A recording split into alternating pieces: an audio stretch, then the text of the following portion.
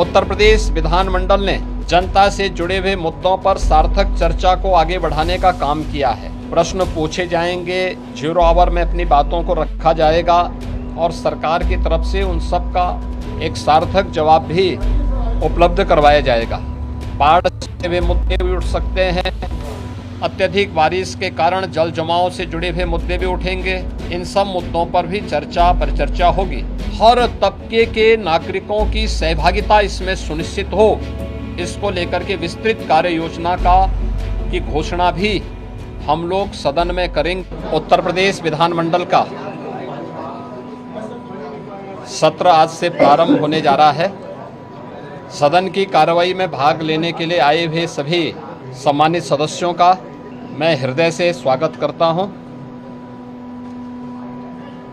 उत्तर प्रदेश का विधानमंडल देश के अंदर किसी भी विधानमंडल का सबसे बड़ा विधानमंडल है। पिछले 8-8.5 वर्ष के अंदर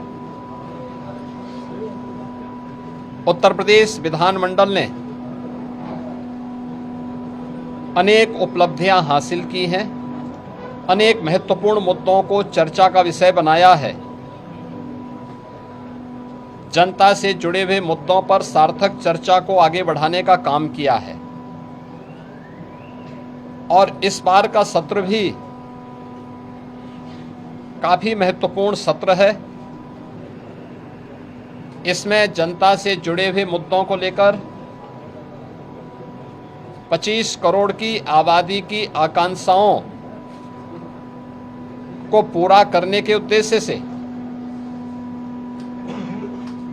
विधायिका की भूमिका किस रूप में आगे बढ़ती है, इन सब पर बहुत महत्वपूर्ण एजेंडे के साथ हम लोग इस प्रश्न पूछे जाएंगे, 0 आवर में अपनी बातों को रखा जाएगा और सरकार की तरफ से उन सब का एक सार्थक जवाब भी उपलब्ध करवाया जाएगा।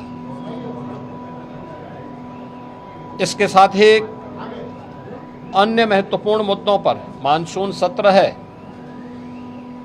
तो स्वाभाविक रूप से बाढ़ से हुए मुद्दे भी उठ सकते हैं। इसके अलावा अत्यधिक बारिश के कारण जल जमाव से जुड़े हुए मुद्दे भी उठेंगे।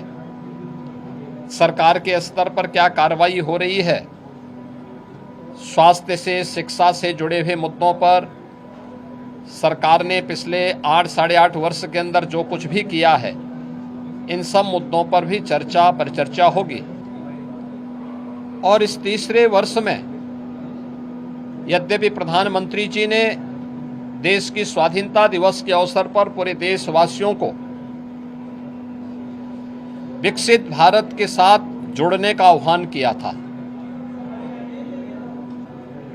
पहली बार देश के किसी सदन में इस मुद्दे पर चर्चा होगी और इसके लिए भी मैं सभी सम्मानित सदस्यों से कल दलीय नेताओं की बैठक में भी इस पे चर्चा हुई थी और दलीय नेताओं की बैठक में भी इस पर बहुत सारे मुद्दों को आगे बढ़ाने के बारे में एक सहमति बनी थी। 13 और 14 अगस्त को लगातार 24 घंटे तक उत्तर प्रदेश विधानमंडल में इस पे चर्चा होनी है और चर्चा के बाद सरकार के द्वारा कैसे इस विजन डॉक्यूमेंट को नीति आयोग के मार्गदर्शन में विशेषज्ञों के सहयोग के साथ आम जनता के साथ साथ हर तबके के नागरिकों की सहभागिता इसमें सुनिश्चित हो, इसको लेकर के विस्तृत कार्य योजना की घोषणा भी हम लोग सदन में करेंगे और उस कार्यक्रम को आगे बढ़ा करके आगामी 25 वर्ष की कार्य योजना को लेकर के सरकार अपने विजन को सदन के पटल पर रखेगी और उस कार्यक्रम को एक समय सीमा के अंदर तैयार करते हुए विकसित भारत, विकसित उत्तर प्रदेश के इस संकल्प को आगे बढ़ाने की चर्चा का केंद्र बिंदु हमारा सदन बनेगा। समाज के हर एक तबके को लेकर के, क्या गांव है, क्या गरीब है, क्या किसान है, क्या श्रमिक है, क्या युवा है, क्या महिलाएं हैं, क्या व्यापारी हैं, इन सब के उत्थान के लिए बेहतरीन प्रयास किए हैं। और उसकी चर्चा देश के अंदर भी होती है।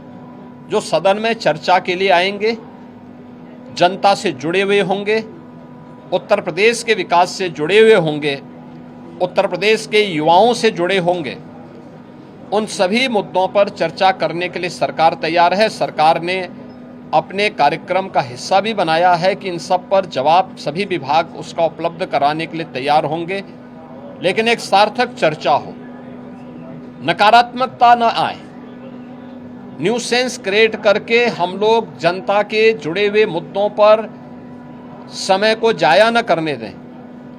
ये मेरी अपील सभी अपने प्रतिपक्षी दलों से भी होगी कि वे इन सभी बातों को ध्यान में रख करके अगर सदन में इन मुद्दों पे चर्चा कराएंगे तो एक सार्थक चर्चा भी हो पाएगी, हम किसी निष्कर्ष पर पहुंच पाएंगे।